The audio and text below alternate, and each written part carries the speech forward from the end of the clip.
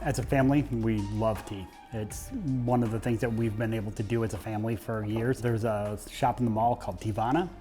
They got bought out by somebody, that somebody shut them down, and so there was no option. And so we decided we were gonna go into it. Hi, I'm Gordon Davis. I'm owner of Whimsy Tea Company in Springfield, Illinois. There you go, sir. Thank you. Thank you.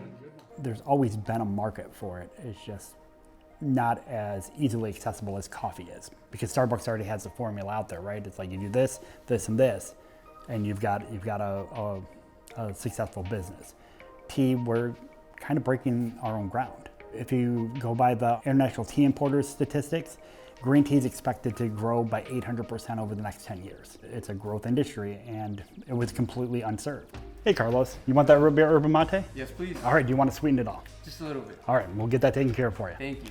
We source over 900 ingredients from 147 different nations, and we create the blends. We do the research, we get the recipes and the ratios down, and then we send those to our blender and they blend them. The sourcing process is a lot of trial and error. Because we're not buying from one of the giant tea conglomerates, we have to find a source.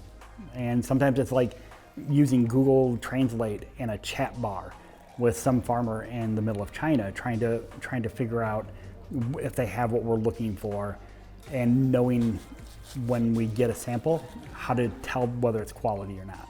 The beauty part about tea is it forces you to take a meditative moment, to have some mindfulness while you're creating your tea. It's not anything that you can just push a button and wake up, it's there. You actually have to go through the process, and that process gives us a chance to center ourselves, and then we're fully in the moment when we're drinking our tea. There you go, Carlos. Right now, we don't have a staff here at Whimsy Tea. It's just me, my wife, and our kids. Amberly and Joey are working today. Amberly is running the front of the shop, and Joey is doing the background stuff. They're two of my 5 kids.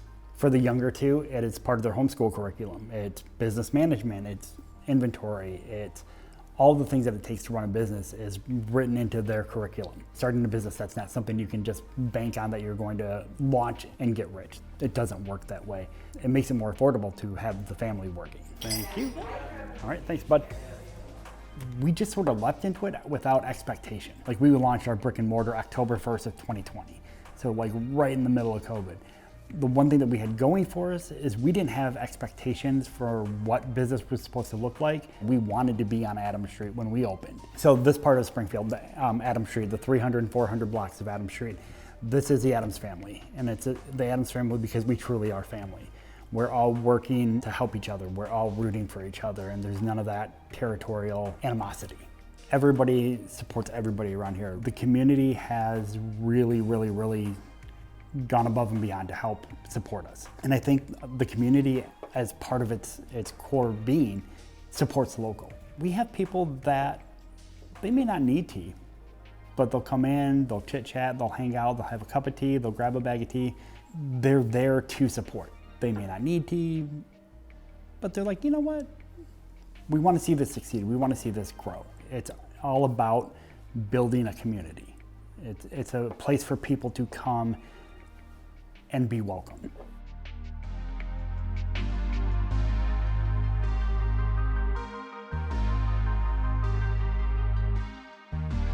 We are retail.